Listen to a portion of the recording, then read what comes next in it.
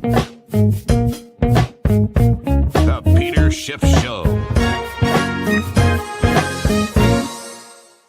Today's podcast is sponsored by Mint Mobile. Get your new customer offer and your new 3-month unlimited wireless plan for just $15 a month at mintmobile.com/gold. Additional taxes, fees, and restrictions apply. See Mint Mobile for details. Today's podcast is also sponsored by Constant Contact. Constant Contact's award-winning marketing platform has powerful tools that make it easy to grow your audience, engage your customers, and sell more to boost your business in just a few clicks. You can launch a marketing campaign that's tailored to your business and goals that includes email, social, SMS, and more. Start growing your business today with a free trial at ConstantContact.com. Hi, everybody. I want to start off tonight's podcast by talking about the presidential debates. And, they're not really debates. They're more like joint press conferences. Although last night's, farce did involve some back and forth between the two candidates. Now, I've been talking about the 2024 race for a while now on this podcast, and I've had the opinion that Donald Trump was going to win. And based on last night's debate, I think the odds of a Trump victory have gone up considerably. And I think the only way that Trump loses is if Biden is not on the ticket. But even if Biden were to step down at this late date, it still might be difficult for whoever the Democrats anoint to take that nomination to beat Trump. But I think that if Biden stays on the ticket, there's no way that he's going to beat Trump. I don't see how anybody who watched last night's debates could vote for Biden. I mean, it's possible that, some diehard, Trump haters, dyed in the wool Biden, guys will hold their nose and vote for him because they just hate Trump that much. But I think that it's more likely that even that people that don't like Trump will vote for him over Biden based on last night's performance. I mean, I think that some people could feel sorry for Joe Biden. I mean, based on how pathetic this was, so I almost felt sorry for the guy myself. And I mean, maybe he could pick up a pity vote. Some people could feel so badly that they vote for him out of pity. But I don't think you could win the White House with a pity vote. Because I think when people have to vote for the president of the country, they don't want to just give a guy a vote because they feel sorry for him. I mean, he's clearly not competent for the job. I mean, he's not competent for any job. The guy just is too senile.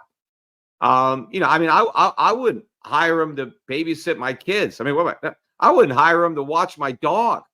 If I went away on vacation, I'd be afraid he'd forget to feed him, or he'd leave the door open and the dog would be gone. I mean, I don't think he's capable of doing anything. The question is, what's he been doing the last year or two? Because people must know this. His handles, for a while, the media, they've been coming with this narrative that all of these videos that have circulated online, showing the president looking disoriented and confused, that these have all been faked, right? That this is AI, right? That people are this is a hoax that's all made up, right? That was a lie, right? These are legitimate videos. And, Biden prepared for this debate. For, I think, all week he was holed up in Camp David where they were rehearsing. If this is Biden prepared, imagine what he would do if he had to wing it, right? I mean, they tried their best, right, to dress this up. And they couldn't do it. The bar was low. I was thinking, all Biden has to do is get through this 90 minutes without a major mental gaffe, and he's going to win because, the bar was low. the expectations were so low. All he had to do is beat it. But he still managed to get under a low bar. Within the first 5 minutes of the debate, he lost.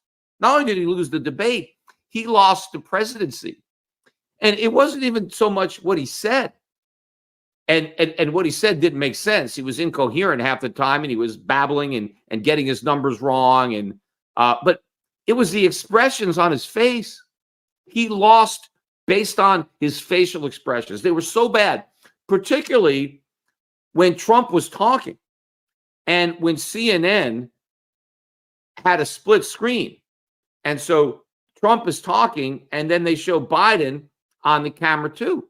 Now, it almost made me think that this was deliberate, because CNN didn't have to do that. They didn't have to keep Biden in the shot. They could have focused all on Trump when Trump was speaking, and then all on Biden to keep Biden out of the camera.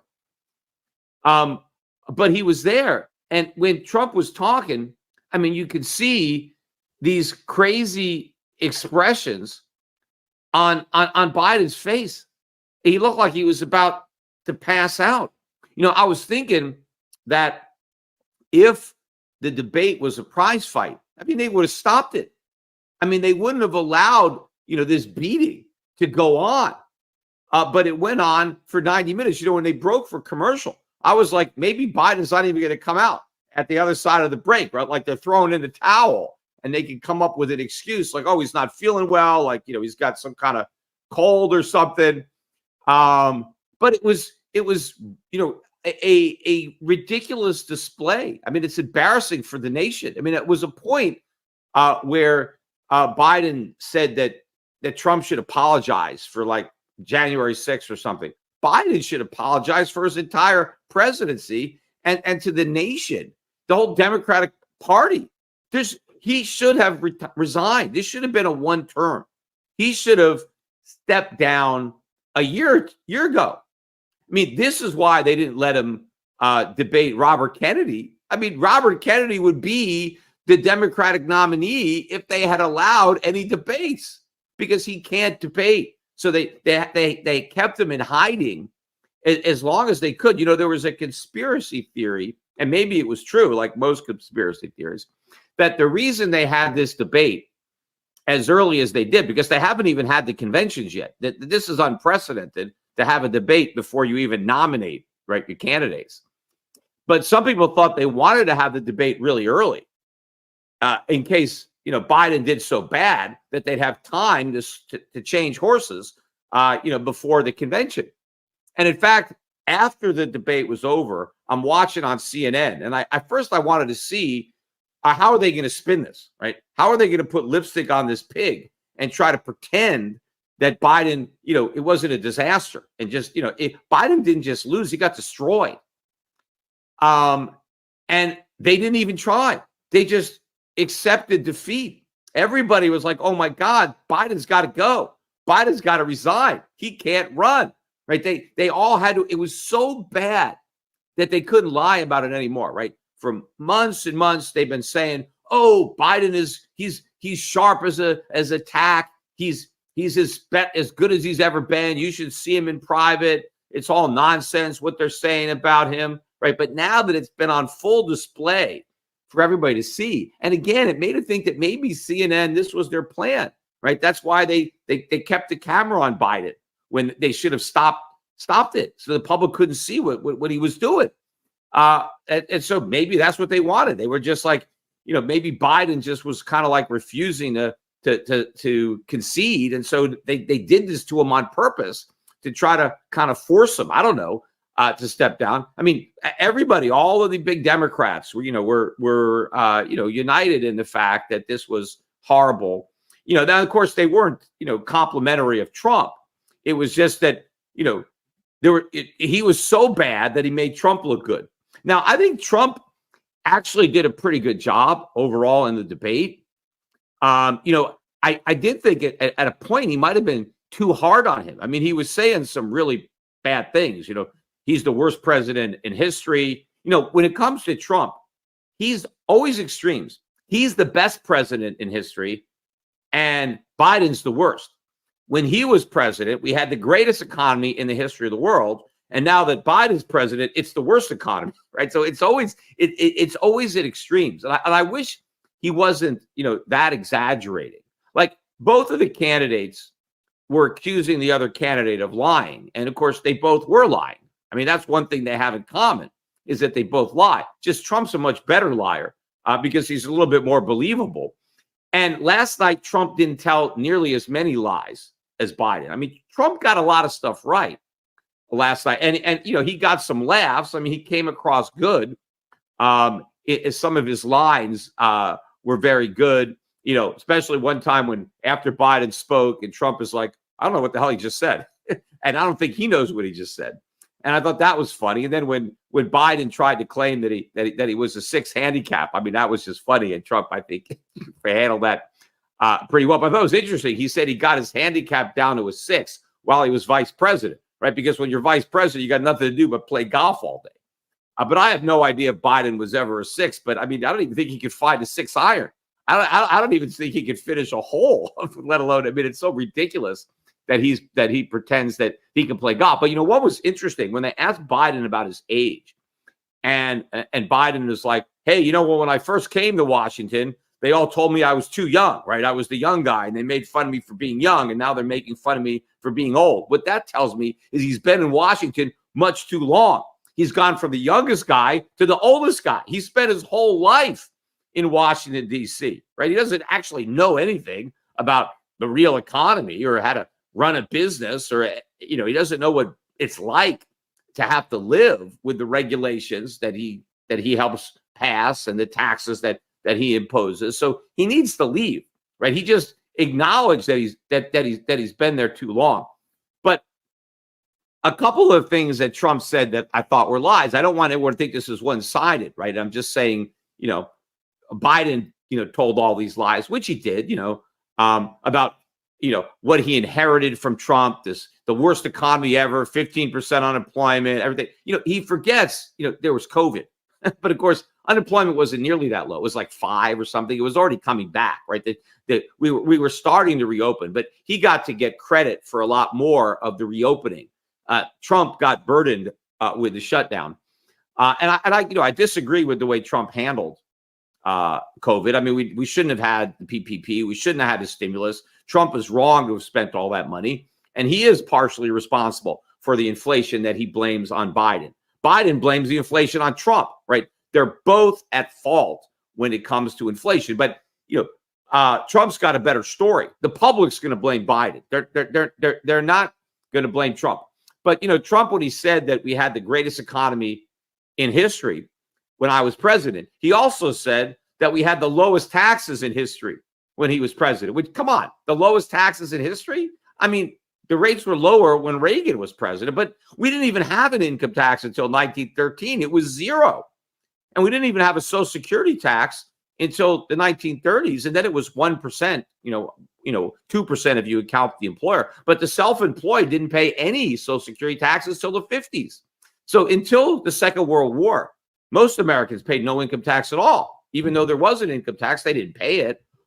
So we had very, very low income taxes. So for Trump to say that taxes are the lowest in history, either it means he doesn't know anything about American history or he doesn't care about the truth. He just says stuff, and he does. But the Biden does the same thing. They're both saying that the other guy's lying when they're both lying. But at least Trump is competent, right? I mean, and I think, on certain things, foreign policy, regulation, Supreme Court justice, whatever, there's a lot of things that Trump could do well.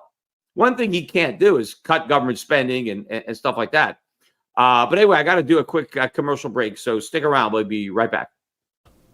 My favorite part of spring cleaning is the clarity afterwards, making me wonder, how have I been living like this? It's kind of like finding out that you've been overpaying for your current wireless plan when Mint Mobile offers plans for just $15 a month with the purchase of a 3-month plan. It's time to switch to Mint Mobile today and enjoy unlimited talk, text, and data for just $15 a month. In fact, when it was time to get my son Preston his own phone, Mint Mobile was the perfect choice. Forget about the steep monthly fees and overages that you get discontent with your current wireless plan and make the switch to Mint Mobile's premium wireless plans, starting at just $15 a month. Choose any Mint Mobile plan, which includes high-speed data with unlimited talk and text on the nation's largest 5G network. You can even keep your current phone and number when you switch and bring over all your existing contracts. Ditch overpriced wireless with Mint Mobile's limited time deal and get 3 months of premium wireless service for $15 a month. To get this new customer offer and your new 3-month unlimited wireless plan for just $15 a month, go to mintmobile.com/gold. That's mintmobile.com/gold.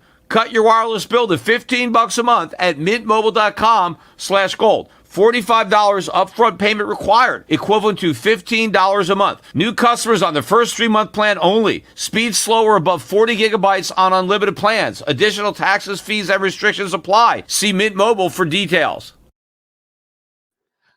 And I'm talking about last night's presidential debates. And before the break, I mentioned a couple of things that Trump did well as president.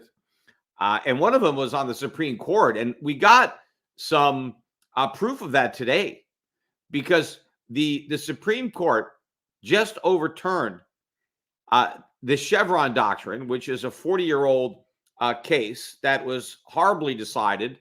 And the Supreme Court just corrected that mistake. And it wouldn't have happened without the justices that Trump appointed. If you're not familiar with this case, it has to do with regulation because, Congress passes a law, the president signs it, and then the bureaucrats go to administer this law, and they write all sorts of regulations pursuant to a law that was passed. But what the bureaucrats have been doing is really expanding the legislation with their regulations. So the regulations that they are writing were never approved by Congress. They were never signed by the president. Yet they have the force and effect of actual law. But they broadly expand and go way beyond what the intent of the legislation was. And a lot of the regulations, if they were actually included in the bills, right, when Congress debated them, they may have never passed. And so this is horrible, for the American public that you have these bureaucrats just making these laws that everybody is forced to abide by. Remember, every time there's a new regulation, you lose some of your freedom. Everybody assumes that these regulations are good, and the Democrats, Biden, they're all upset that the Supreme Court did this. Like, oh no, this is bad because now these greedy corporations, can do whatever they want. It's not about greedy corporations. It's about Americans having freedom. All of these regulations diminish our freedom. And all businesses are Americans that come together and form a business. Everybody has a right to do that. And just because you do that doesn't mean you should be subjected to all these laws, especially laws that have never even, passed Congress. You just got some bureaucrats that are there for life making this stuff up. And so what happened with the Chevron case is they went to court because they said, hey, this regulation, we shouldn't have to abide by this. This was never passed. The bureaucrats just made it up. And the Supreme Court said they're allowed to do that, right? Because these are smart guys. They understand, what the lawmakers wanted. And so, we're going to give them the latitude to kind of do what they want, which it was absurd. It was a horrible decision. And the Supreme Court finally said, yeah, it was a bad decision. We're going to reverse it. And this is good news for America. This means we're freer. We have more liberty because the bureaucrats can't just do this. I mean, most of the regulations are way worse than the laws that they're trying, to facilitate or promote, whatever it is. So this is a good thing. Right? This is going to make it harder for more and more regulations to come out and easier for the Americans who are subject to these regulations to seek remedy in the court. And that's basically what the court said. It's not up to the bureaucrats to decide what the laws are. It's up to the court. So if there's a dispute as to what a particular law requires, that's something that would be determined in the courts, not unilaterally by the government itself, by unelected bureaucrats, right? So this is something that, had Hillary Clinton appointed these justices, this wouldn't have happened. So that's a good thing. I mean, even though Trump ran up the debt, and ironically, during the debate, Biden actually had the nerve to chastise Trump for his deficit spending. Oh, you're a deficit spender. You ran up the debt. I mean, look in the mirror. I mean, talk about the pot calling the kettle black.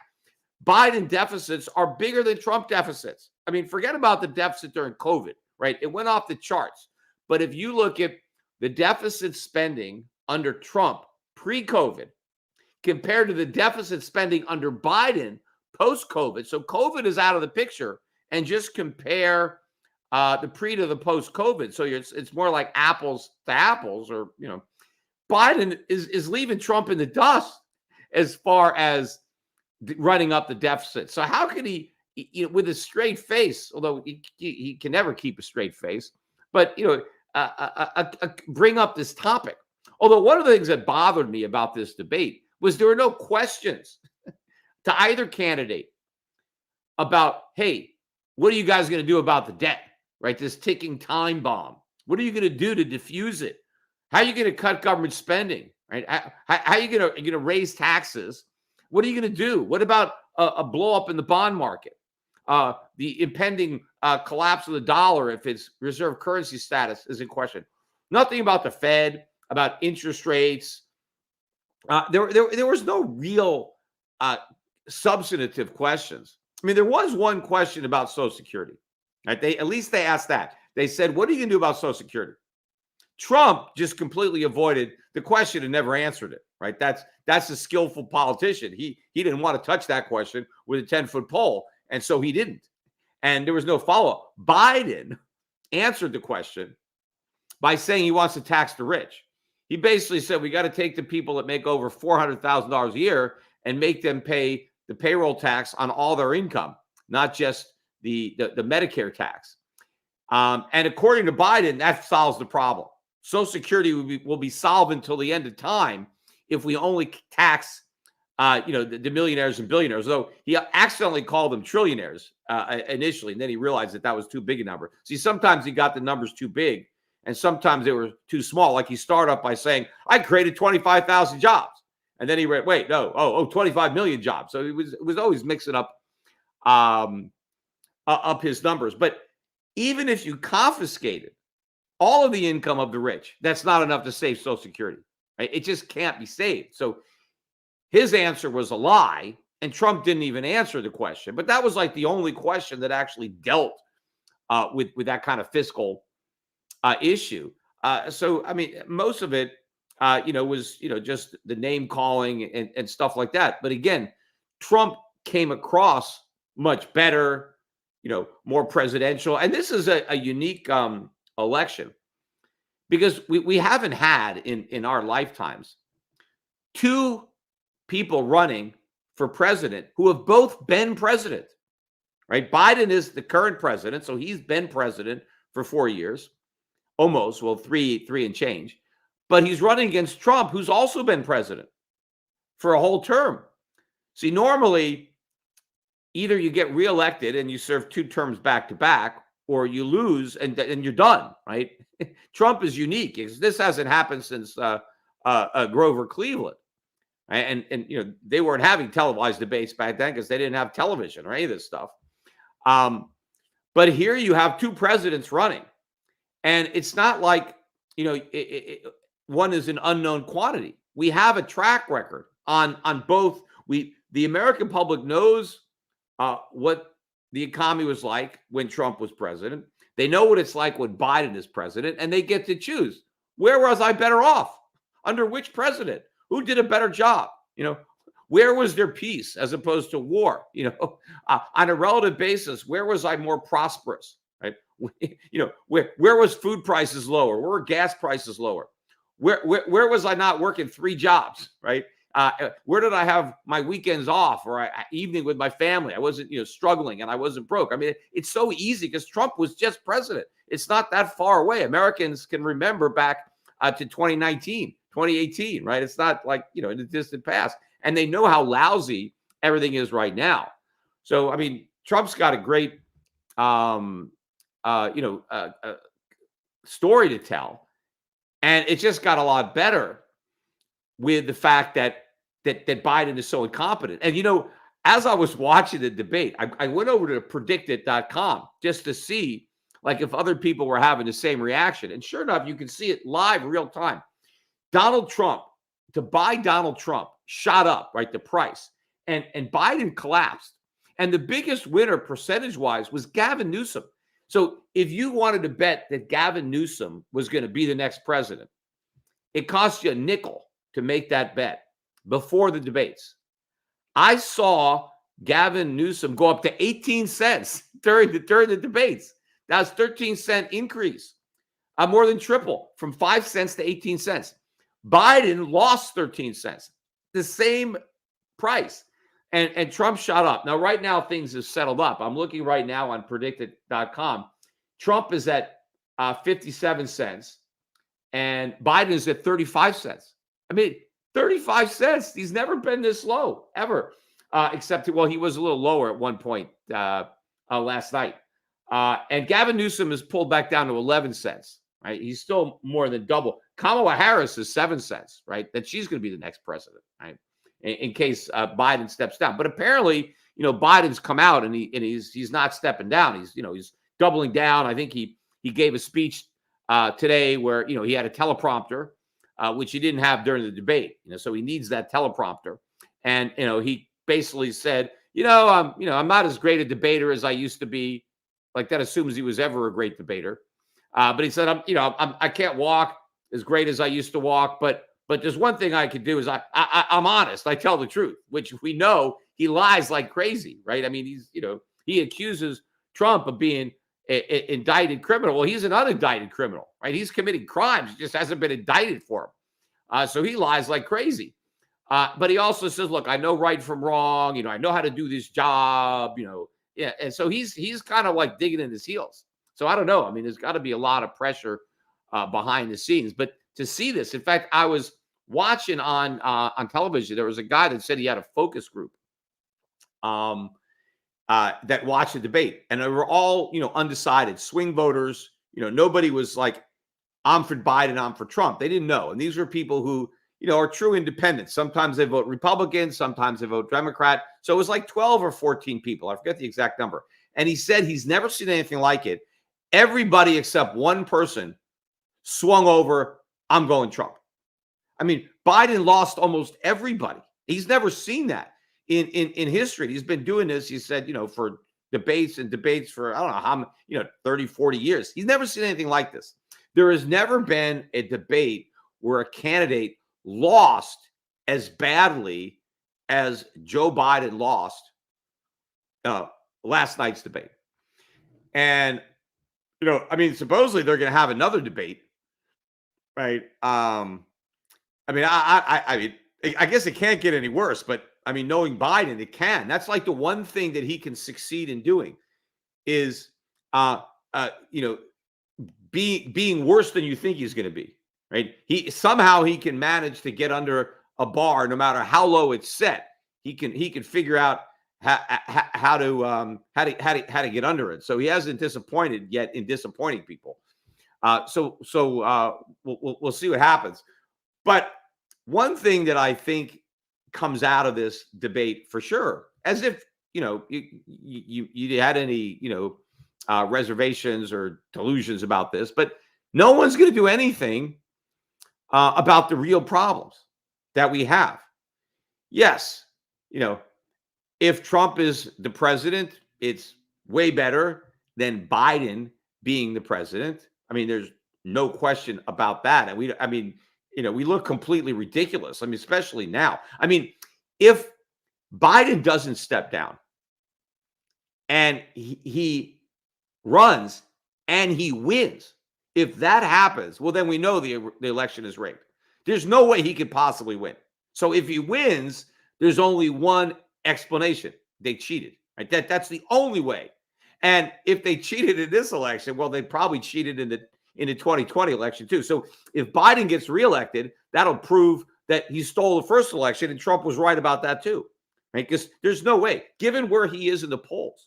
And he was already, wait till the next numbers come out. Wait till the approval rating. It's going to be uncharted territory. He's going to go where no president has ever gone before as far as how low his approval ratings are and how far behind. So it would be impossible for somebody like that to win with so many negatives. I mean, he's losing groups, or he's losing massive support in his base, right? African Americans or Hispanics, or I'm sure even women now, have got to be like, how are you going to vote for this guy? So if he wins, I mean, that really calls the whole thing into question. So he has to step down, even if the Democrats are going to cheat. They got to put at least a candidate on the ballot who you could at least believe could have won, right? So at least if they cheat, it seems within the realm of possibility, right? That, okay, yeah, I guess this guy won. But there's no way, absolutely no way that Biden could win. Anyway, we got another break. I'm going to come back and talk about some of the economic statistics, some other news that came out during the week. So stick around. We'll be right back. Feel like you need a marketing degree and an extra day in your week to successfully market your small business? Let Constant Contact do the heavy lifting for you. Constant Contact's award-winning marketing platform has powerful tools that make it easy to grow your audience, engage your customers, and sell more to boost your business. Now, in just a few clicks, you can launch a marketing campaign that's tailored to your business and goals. That includes email, social, SMS, and more. You can sell more, raise more, and fast track your business growth. Plus, you can always count on Constant Contact's award-winning customer support for guidance along the way. So get going and start growing your business with a free trial at ConstantContact.com. Constant Contact, helping the small stand tall. Okay, so we came to the end of the second quarter today. This is the last trading day of the month and of the quarter. In fact, we're now halfway through 2024. And, despite how bad the economy is, right, the stock market is doing pretty good, right? We've had a pretty good first half. We've had a pretty good quarter. I think the Dow, and I got the numbers here, the Dow is up, about 4% or so on the quarter. S&P up better than 8% on the quarter. And the NASDAQ, of course, led by the, AI stocks, NVIDIA. And that's also what's leading the S&P. Where that's why the Dow is lagging. NVIDIA is not in the Dow. I mean, maybe they'll stick it in there, right? So they can goose the Dow. But the NASDAQ up 12% on the quarter. Gold had a kind of quiet quarter, only up about 4%. So about the same, I think, as the Dow. So the Dow was really flat in gold terms. But if you look so far on the second half of the year, the Dow is up almost 11%. That's total return for the first half of the year. Pretty good. But the S&P is up 19% almost return in 6 months. That's a huge return, in the economy, in this kind of economy in 6 months. The NASDAQ up almost 23% total return, and Russell 2000 just under 11%. Gold up about 13% on the first half. They're a little over. So gold is actually doing a little bit better than the Dow and the Russell 2000, which means that even with the gains, the Dow and the Russell have actually lost value so far this year. If you want to price it in gold. Now, the NASDAQ and the S&P have gained, but that's because of a bubble, right? That's not going to sustain itself. Either the NASDAQ is coming down a lot or gold is going up a lot or some combination. But I think you're going to start to see the tech stocks losing against gold, just like you're already seeing a lot of the non-tech stocks. In fact, we had some pretty big blow-ups. Even today, Nike was down about 20%. This is the biggest down day in the history of the company. And it was down on earnings. The consumer, it's just they're not buying the products, right? They don't have the money. I think it was Wednesday that Walgreens was down 20%. Same story. Walgreens stock is at like a 27-year low. Think about that. But the problem there is that the customers are just not spending the money, I guess, on the higher margin items because they don't have any money left over, right? So you're hearing this from corporate America, right? These are some cracks, right, in the foundation of this, bubble, and they're there. They're obvious. The economy. In fact, we got a lot of economic data that came out during the week. Most of it was weak. Let me go. First of all, on the money supply, nobody talks about this, but money supply for the month of May shot up by 93.2 billion. That was a 0.4% increase in money supply in 1 month. This is a month where the Fed is supposedly fighting inflation. See, how do you fight inflation and create inflation at the same time? Because that's inflation. The money supply is inflating. In fact, if you annualize the 0.4, that's 5%. So the Fed is inflating the money supply by 5%. Well, how could you do that when your target is 2% inflation? You're not going to hit that target when you're inflating by 5%. Right? You have to have pretty big productivity increases, right? You'd have to have 3% increase in production, right? So to only have the 2% increase in prices when you're increasing money supply, but we're not getting the increased production. The opposite, look at Dallas Fed. We got that number for June, minus 15.1. That's a negative number. Richmond Fed, minus 10, another negative number for June. Look at new home sales. I mean, they fell through the floor. They were looking for 650,000. We got 619,000. They did upwardly revise the prior month, so who knows? But the most recent month was a big disappointment. Durable goods orders were also weak. I'm looking at the May numbers, up just 0.1, but they revised the previous month from up 0.7 to up just 0.2. So a big miss there.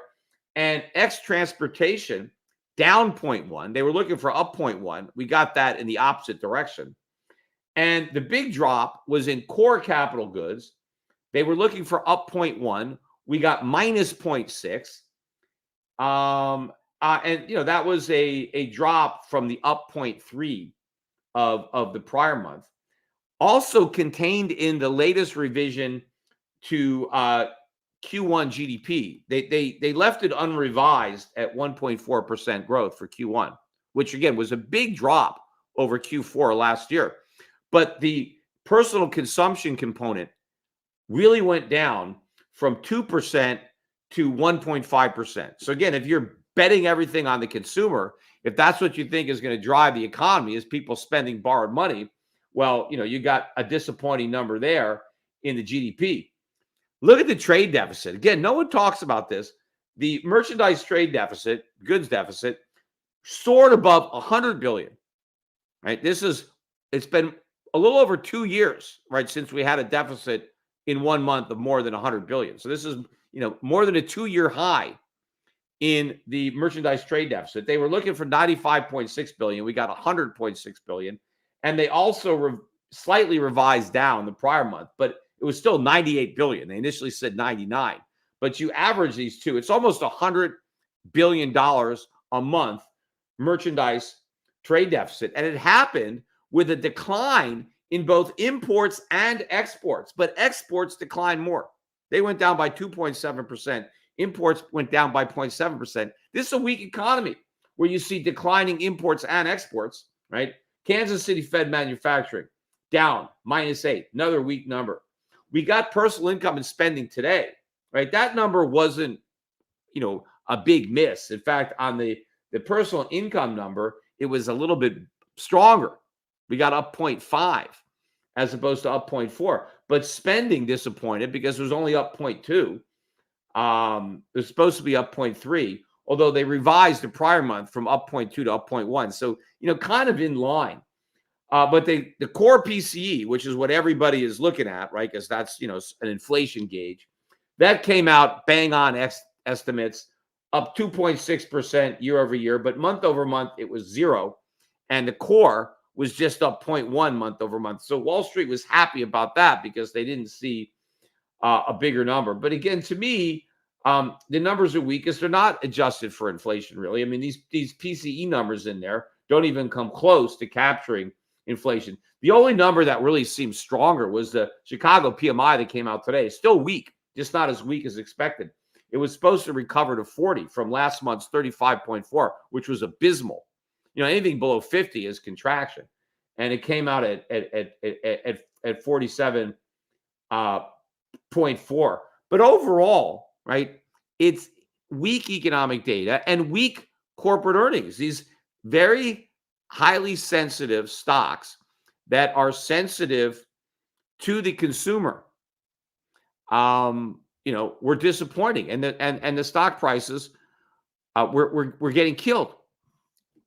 Now that they're trying to desperately find a way to goose consumer spending and confidence up into the election, because a lot of these people that shop at Walmart or buy Nike shoes are supposed to be voting for Biden, but now they can't afford the sneakers anymore, and they can't even afford to shop, or Walgreens rather. They can't even afford to shop at Walgreens. So why are they going to vote for Biden? They're not, especially now after witnessing that debate. And if they didn't see the debate themselves, they're going to hear about it, and I'm sure they're going to be memeing about it. I mean, the whole thing is a meme, but he's going to become the butt of jokes. The one asset, though, I got to bring this up, that had a particularly bad second quarter was Bitcoin. Now, Trump has really reached out to the crypto community, and he's locked up their vote, right? So that's another voting group that Trump owns, because if you're a crypto guy, these guys are such fanatics that I think you're a single issue voter. If you are pro crypto and Bitcoin, nothing else matters. You got the vote of a hodler, right? If you're against it, nothing else matters. You've lost their vote, right? Because again, they need the price to go up, right? They're betting on the bubble getting bigger. They need more people to enter the game, to supply the buying, to drive up the prices. And so they clearly want a president who is pro crypto, pro Bitcoin. And so Trump has got all that support locked up. Now, it's almost like Biden thought, well, Trump is pro crypto, I got to be anti, because if Trump likes it, it must be bad, right? Because everything Trump does is bad. So he's now kind of like the anti-Bitcoin. And so he's lost all their votes, right? I mean, I don't think if you adopt a pro-Bitcoin stance, it's only positive, right? Because the crypto community is going to embrace you. He got $2 million contribution from the Winklevoss, $1 million each in Bitcoin. I'm sure lots of other crypto whales are stuffing money into his campaign coffers because of his pro-Bitcoin stance. Now, he was negative Bitcoin when he was president, right? Now he's positive when he needs the votes of the community, right? But if you come out against Bitcoin, I don't think that gives you any votes. I mean, it's not like the gold bugs are like, oh, Biden is anti-Bitcoin, so I'm going to vote for him. No, not a chance, right? Doesn't matter. We don't care. Like most people who don't own Bitcoin couldn't care less what Trump or Biden's opinion is of Bitcoin. But if you own Bitcoin, if you own crypto, that's all you care about. So you don't lose any votes, when you are pro Bitcoin, but you lose a lot when you're anti. It's a single issue, like the abortion issue. I mean, some people, if you were pro-abortion, that was all you needed, or pro-life rather, which is kind of like pro-abortion, but you're pro-life, no, it's the opposite. It's pro-choice, whatever. But okay, you're pro-life, anti-abortion. You get all the pro-life vote. I mean, the ones that's their litmus test. Either you're pro-life or I can't vote for you. You pro-life, I mean, you got me. And then the pro-choice guys were like, okay, you got to be pro-choice. If you're not pro-choice, I can't vote for you, right? But when you take one of those positions, you alienate somebody. So if I'm pro-life, I alienate pro-choice. If I'm pro-choice, I alienate pro-life. If I'm pro-Bitcoin, I don't alienate anybody. I just get all the Bitcoin vote.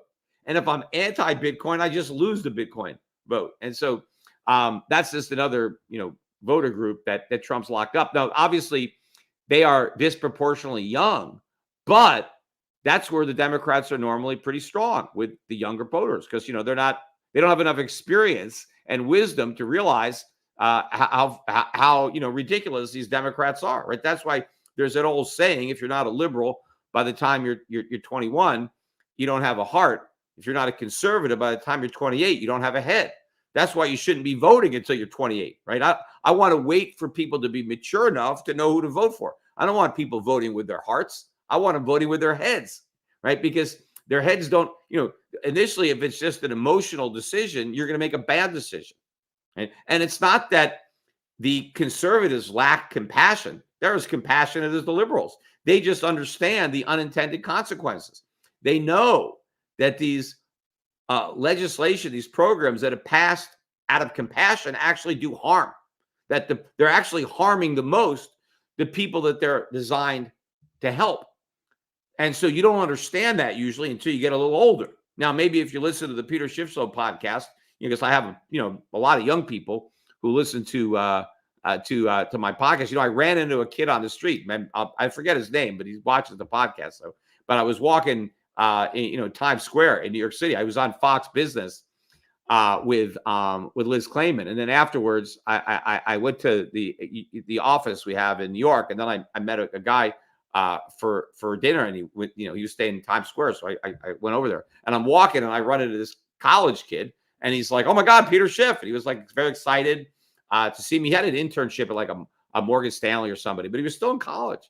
And he was just, I took a selfie with him, but so they're young kids that are listening. And so, they're going to know, right? They can be compassionate, but not let their heart rule their actions because they can think things out and they can connect the dots.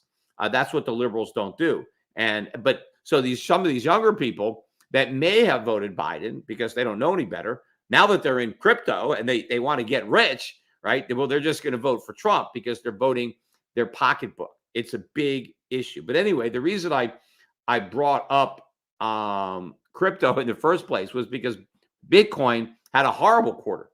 It was down about 15%, although the quarter's not even over yet for Bitcoin because it trades for 2 more days, right? Everything else is shut. And Bitcoin, as I'm speaking, is about 60,400. It ended last quarter like 71,000. So it's down about 15% on the quarter. It's still up on the year because it had a huge move up in the first quarter. But that was right after the launch in January of the ETFs. And though there was initial buy the rumor, sell the fact, but they ran up, right, in anticipation of the ETFs. Then the realization of the ETFs, there was an initial sharp sell-off. And then it went off to the races where you had all this money coming in. And now there's Ethereum ETFs coming. I think maybe I heard about Solana or some other. But, the more crypto that get approved for ETFs, you're going to saturate the market. The market is only so big for crypto. And if you bring out new ETFs for other tokens, the money is going to come from Bitcoin. Right? Because there is no other money that's waiting to come in. I mean, any money that you would put in Ethereum, it's already in Bitcoin. Any money that you would put in Solana or any of these tokens, it's already in Bitcoin. People aren't just waiting. Yeah, I'm going to put this money in Bitcoin, but I'm going to hold some dry powder waiting for other tokens to come out. No, you put it all in Bitcoin. And then when those other tokens come out, you just move some of your chips from the Bitcoin square over to the Ethereum square, wherever it is. So the money's on the table. You're just going to have to rearrange it on different spots. But this is all going to be a negative for it. But I think the big short-term negative is going to be MicroStrategy. I mean, I think that stock is going to crack. I really do. And I know there's a big short out there in MicroStrategy. The question is, how much of the Bitcoin buying is as a hedge against MicroStrategy short? Because if you want to short MicroStrategy, because you just do an analysis and you know how much Bitcoin they have because they publish it. You can put a rough estimate on the value of the software business, which isn't much. And you can see what the stock is worth. And then you can see the price it's trading at is a huge premium to its underlying value. And you can make a bet that eventually MicroStrategy will be worth the sum of its parts instead of this huge premium that the market is currently assigning. And so the way that you lock that in is you short MicroStrategy, but then you buy Bitcoin as a hedge. And then even if Bitcoin goes way up and MicroStrategy goes way up, if that premium goes down, you still make a lot of money on the trade, even if both Bitcoin and MicroStrategy go up. And if they both go down, as long as the premium goes away, you make more on your short MicroStrategy than you lose on your Bitcoin long. But I think what's going to happen, the dynamics is MicroStrategy is going to crash, especially if Bitcoin is going down. And then MicroStrategy is going to go down more. And there may be, a big run, and then the discount goes away. And now, in the midst of all that selling of MicroStrategy, the shorts now want to cover and buy back their MicroStrategy and close out their position. But now they got to sell Bitcoin, right? Because they never really bought Bitcoin because they wanted to own it. They only owned it to hedge their short MicroStrategy. Well, if they're not going to be short MicroStrategy anymore, then they don't need to be long Bitcoin. They don't want to be long Bitcoin, right? That was their hedge. They don't want to leave that leg on. Now they'd be taking a big risk. So now, as they're buying MicroStrategy, when there's a lot of other people selling it, now they got to sell Bitcoin. But there already are a lot of people selling Bitcoin. That's one of the reasons MicroStrategy is going down. So now you take all this MicroStrategy short Bitcoin money, and now you add all that Bitcoin to the supply. That's going to cause Bitcoin prices to fall even more, which is even more negative for MicroStrategy stock. And so, in fact, the guys that are short MicroStrategy stock can actually increase their short profits on MicroStrategy as they're dumping their Bitcoin that they bought as part of the hedge. So, again, no one is really talking about this. I don't know how big it is, how much of the ETF demand was from MicroStrategy shorts, because these guys don't really want Bitcoin.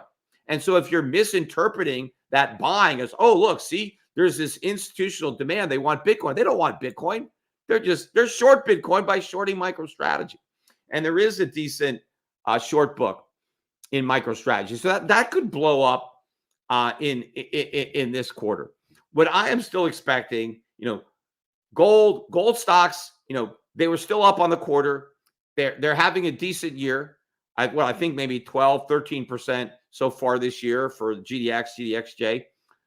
So not quite as much as the S&P and the NASDAQ, but, beating the Russell 2000. Gold stocks are beating the Dow this year. But they should be beating it by a lot more. It's just that there's still too much pessimism in the market, not nearly enough optimism, which is, a great classic wall of worry, contrarian sign that we're still early in the gold bull market. I think we're still early in the Bitcoin bear market. In fact, just recently, Bitcoin this week, it bounced up a little bit, but it got below 59,000. And when it was below 59,000, it was more than 20% below its peak, which was just under 74,000. So we were in official bear market territory. Now, we're not quite in that territory now, but I think we're in a bear market for Bitcoin. And what these guys have to be asking themselves, who continue to stay bullish. Over the last 3 months, right, as Bitcoin prices have gone down by 15%, you've had these huge inflows into these 11 ETFs on balance. So this money is coming in. Why isn't the price of Bitcoin going up? Well, somebody is selling. Who is selling? And why aren't you selling too? Because there's some serious money that's coming. Oh, and by the way, there's the other money that's coming out, which is the Mt. Gox money, which is supposed to be released starting next month. I'm not sure the exact date, but this money has been tied up since Bitcoin was under $1,000 a token. I mean, the greatest thing that happened to some people was their Mt. Gox Bitcoin, got stolen, because now they're getting it back when it's at 60,000. A lot of that would have been sold a long time ago, right? The only reason people didn't sell it is because they didn't have any access to it. Well, now they're going to get it, and the first thing they're going to do is dump it, right? I think the markets are starting to anticipate that, but I think they're underestimating just how much of it's going to get sold. Because if you're handed all this money, right? That you haven't had. I mean, you didn't own it all the way up, right? The last time you owned it, it was $400 or $500. I forget where it was, so it wasn't very serious money. And now you've just got this windfall.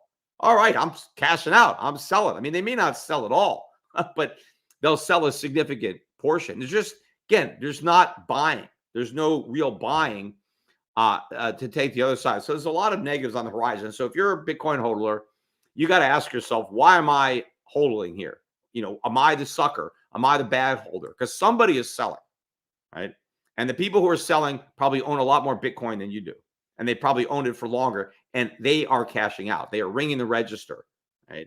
And that's the smart money, right? The smart money isn't buying.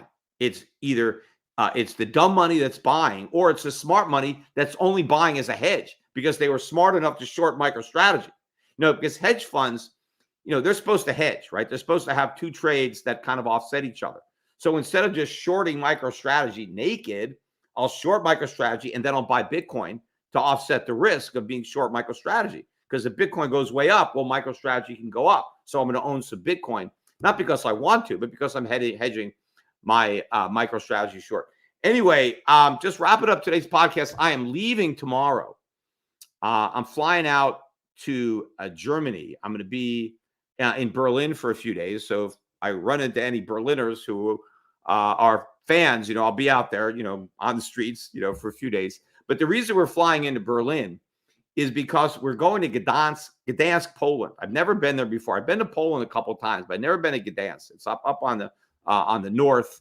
It's on the sea there because we bought a boat, a solar-powered catamaran manufactured by a company called Sunreef. So it's the interesting thing about it is it's an eco. It is all electric. It's powered by solar panels.